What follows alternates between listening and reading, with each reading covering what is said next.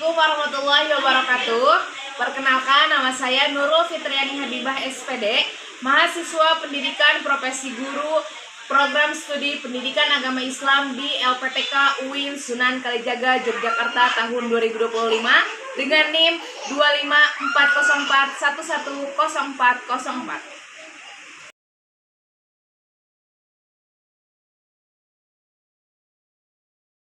Bismillahirrahmanirrahim. Assalamualaikum warahmatullahi wabarakatuh. Waalaikumsalam warahmatullahi wabarakatuh. Apa kabar semuanya hari ini? Baik. Alhamdulillah. Kita sebelum belajar berdoa terlebih dahulu. Silakan siapa yang mau memimpin doa? Boleh. Sebelum memulai pelajaran, alangkah baiknya kita berdoa dulu. Berdoa mulai.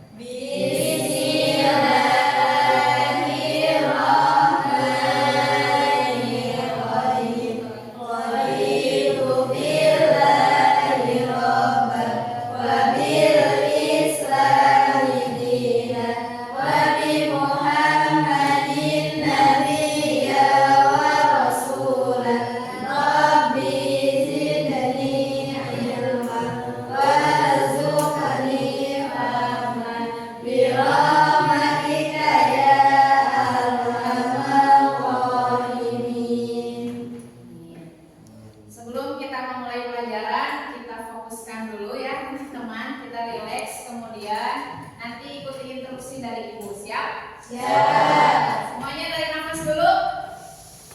Keluarkan. Lagi, tarik nafas. Keluarkan. Sekali lagi ya, tarik nafas sambil di-enjoykan posisi duduknya, pokoknya harus pewek ya. Tarik nafas. Keluarkan. Oke, siap belajar hari ini? Siap. Sekali lagi, siap belajar hari ini? Siap. Untuk membuka pelajaran hari ini, kira-kira kita akan belajar apa? Ada yang tahu? Ada.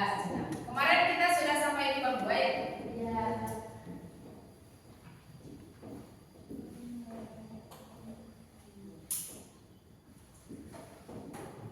Oke. Bentar ya. Coba dibaca sama-sama judulnya apa? Mengenali hakikat Allah.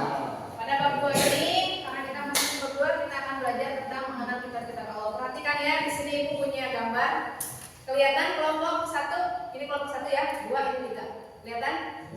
Kelompok 2 kelihatan? Kelompok 3? Oke, ini gambar apa ini? Coba dibaca. Hakikat Allah. Kitab Taurat, Nabi Musa, Terus? Zabur, Terus? Kitab Injil, Nabi Isa, Kitab Al-Quran, Nabi Muhammad SAW. Sekilas ya.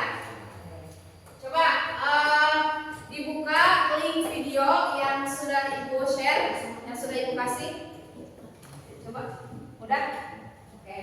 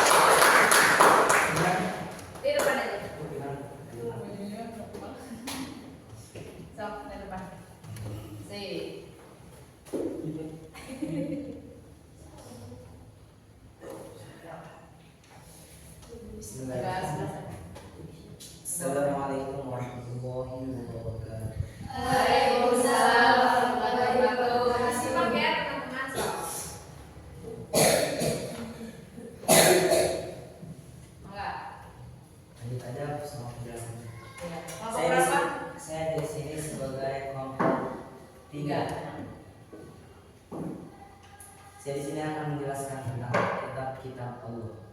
Suaranya gak keras sampai Lebih keras. Udah keras. Udah pakai wireless soalnya. Enggak.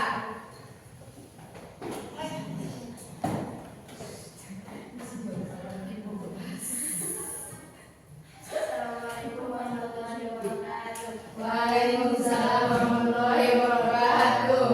Kami dari kelompok 2 akan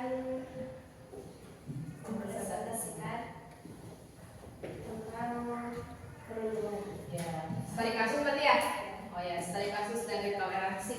Apa katanya? Perundungan atau bully masih menjadi kasus yang kerap kali terjadi, bukan hanya pada orang dewasa, tetapi termasuk di lingkungan sekolah. Nah, ini agak beda nih Umumnya, ceritanya. anak dengan sikap toleransi yang baik tidak akan melakukan perundungan terhadap teman-temannya. Anak justru akan secara aktif anak-anak yang lain untuk bermain bersama. Terlepas dari kondisi temannya, misalnya karena anak memiliki masalah yang Ada yang mau bertanya nggak? Ini udah nemu jawabannya tadi? Yang mana? Sudah nemu jawabannya? ada deh. Ada, oke. Kita ini dulu deh jawaban pertanyaan dari kelompok yang lain ke kelompok 2. Silakan. Oh, ulang pertanyaannya. Diturunkan pada Pada abad 12 Masehi, pada abad 12 sebelum Masehi. Oh, abad 12 sebelum Masehi. Kemudian kelompok ini pertanyaannya Kitab Zabur diturunkan di kota di kota mana di kota Yerusalem. Di Yerusalem. Betul jawabannya ya? Selanjutnya pertanyaan buat ini kasus perundungan di sekolah. Banyak ya kasus perundungan di sekolah itu. Teman-teman yang dibully karena fisik, kemudian teman-teman yang dibully karena mungkin berbeda status sosial ekonominya. Termasuk di kita juga kan masih banyak kasus-kasus perundungan yang itu tentunya tidak sama dengan ajaran-ajaran yang dijelaskan dalam kitab-kitab Allah. Semua empat kitab Allah itu menjelaskan untuk tidak boleh ada perundungan, harus bersikap toleransi. Artinya saling menghargai dan menghormati sesama teman sejawat atau teman sebaya. Bagaimana kita mau toleransi ke lintas agama kalau di antara kita sesama muslim masih saling mencela, gitu ya, masih saling mengejek. Perbedaan antara kasusnya misalnya sederhananya sholat subuh yang kunut dengan yang tidak kunut, itu kan perbedaan. Bagaimana kita bisa menghormati. Kemudian ada yang sholat menggunakan mukena, ada yang tidak, itu juga kita harus bisa menghormati. Jangan menganggap aneh gitu. Atau misalnya ada satu agama muslim Islam yang mengadakan kegiatan peringatan hari besar Islam, misalnya Maulid Nabi. Sementara di sisi lain ada beberapa agama Islam yang tidak mempercayai hal itu. Ada yang suka berjanji gitu ya, debaan, sholawatan. Ada satu kelompok yang tidak suka. Itu adalah perbedaan yang harus dihargai. Nah, bagaimana kita mau mencapai ke sana sementara di kita masih banyak seperti yang dikatakan oleh kelompok 2 status kasus perundungan di sekolah kita banyak nggak? Banyak ya. Nah, kira-kira pertanyaan apa nih yang menarik untuk kita bahas dari kelompok 2? Enggak, yang mau bertanya? Ya, belum ada. Mau bertanya? Silakan. Apa dampaknya dari perundungan? Nah, dampaknya dari perundungan berarti bagi korban atau pelaku? Bagi korban. Kelompok ini? Cara mengatasi perundungan. Nah, supaya tidak terjadi di sekolah ya. Cara mengatasi perundungan supaya tidak terjadi di sekolah katanya. Kemudian dari kelompok 3, dampak bagi korban perundungan teh apa? Sudah ada jawabannya? Ya, silakan. Mau langsung dibaca juga nggak apa-apa. Bahasa Inggris biar ini langsung aja. Silakan diperhatikan, disimak jawabannya. Enggak. Kelompok berapa dulu? Menjawab pertanyaan dari kelompok 3. Dampaknya bagi korban apa? Korban bullying sering mengalami kecemasan, depresi, dan gangguan emosional. Mereka mungkin merasa takut, rendah diri, dan kesepian yang dapat berlanjut hingga dewasa. Wah, bahaya nggak? Bahaya ya. Penting nggak menjauhi sikap bully? Penting. Ya,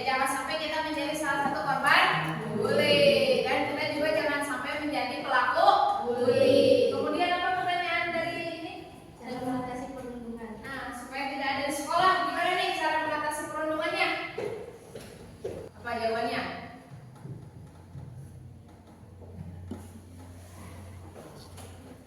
Ada?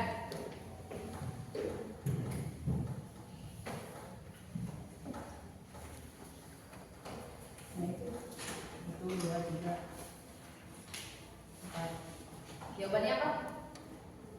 Kebijakan anti-bullying yang jelas. Nah, itu benar Kak. 2. Kampanye dan edukasi rutin, mekanisme pelaporan yang aman, libatkan siswa sebagai agen perubahan. Libatkan siswa sebagai agen perubahan. Kira-kira dapat menjawab permasalahan nggak? Dapat ya. Intinya kita harus menyadari bahwa semua ciptaan Allah itu sama, gitu ya.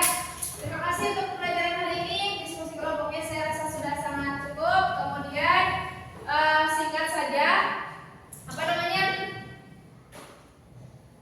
Kita kasih apresiasi untuk kita semua, berikan tepuk tangan dulu ya. Dan juga fungsi Al-Quran itu 1 sebagai sumber, yang kedua sebagai obat, yang ketiga sebagai petunjuk, gitu ya. Kenapa sebagai obat? Kenapa sebagai sumber? Kenapa sebagai petunjuk? Semua permasalahan manusia di muka bumi ini jawabannya ada di dalam Al-Quran. Pengen sabar, rajin sholat. Pengen sabar, harus puasa. Pengen rezeki lancar, harus banyak sedekah, berdoa. Pengen sukses, harus seimbang antara dunia dan akhirat. Semua permasalahan ada jawabannya di dalam Al-Quran. Muamalah, akidah, kemudian fikih, kemudian munakahat, pokoknya semua permasalahan-permasalahan yang dihadapi manusia itu sebetulnya sudah Allah turunkan dalam apa? Al-Quran. Makanya kita harus paham 3 fungsi Al-Quran itu. 1, ulangi sebagai apa? Sumber. Yang kedua sebagai obat. Yang ketiga sebagai petunjuk. Ya, saya kira semuanya sudah memahami. Terima kasih untuk apresiasi dan tugas kalian semuanya. Atas semangatnya juga saya apresiasi semua. Hasil kerjanya sangat maksimal dan memuaskan. Sekali lagi terima kasih banyak. Untuk pertemuan kedua di bab 2 ini kita akan membahas tentang generasi pecinta Al-Quran yang toleran ya. Jadi di bab 2 nanti pertemuan kedua judul materinya generasi pecinta Al-Quran yang toleran. Saya rasa untuk hari ini kita cukupkan sekian. Satu lagi deh sebagai penutup, kita refleksi dulu. Apa yang kalian dapatkan setelah hikmah atau pelajaran atau perasaan lah yang kalian dapatkan setelah belajar tentang kitab-kitab Allah ini? Maka ditulis di buku aja. Kalau malu ngobrol nanti setelah ditulis baca. Hikmah, perasaan atau perubahan apa yang kalian dapatkan setelah membaca, menyimak materi tentang kitab-kitab Allah?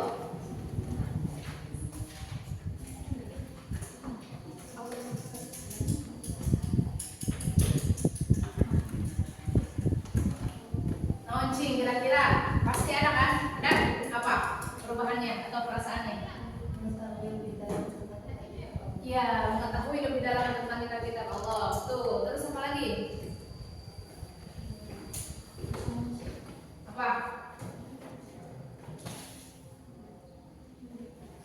Hikmahnya atau pelajarannya kira-kira setelah belajar tentang ini apa? Tentang kitab-kitab Allah, perubahan yang didapat kalian. Refleksikan. Kira aku tidak ada perubahan ya? Ada dong.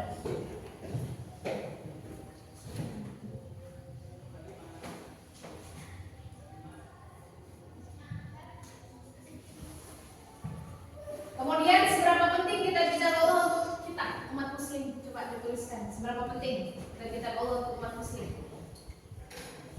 Sepenting apa? Seberapa penting kitab-kitab Allah untuk umat muslim? Seberapa penting kitab-kitab Allah untuk umat muslim?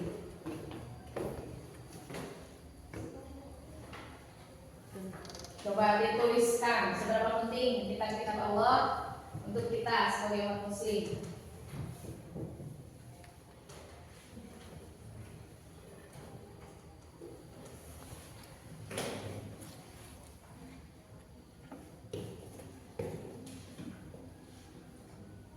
Masa sedih? Sendiri aja, masa nggak bisa mengukur perasaan sendiri?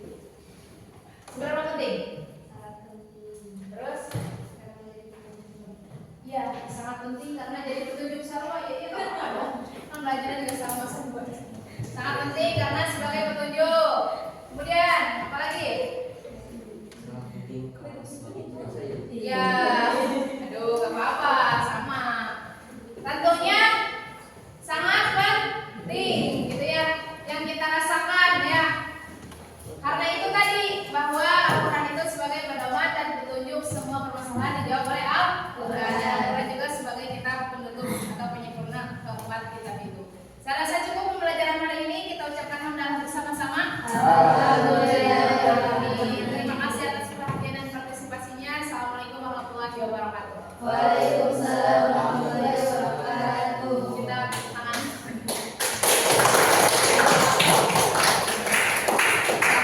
Silakan pimpin doa. Siapa tadi? Mau yang lagi, mau yang lain? Ya udah, kamu aja. Ya sama. Silakan. Kifaratul majlis saja. Oh, enggak. Alhamdulillah kita sudah belajar dan bersama-sama. Sesudah belajar kita harus berdoa kepada masjid bersama-sama kita.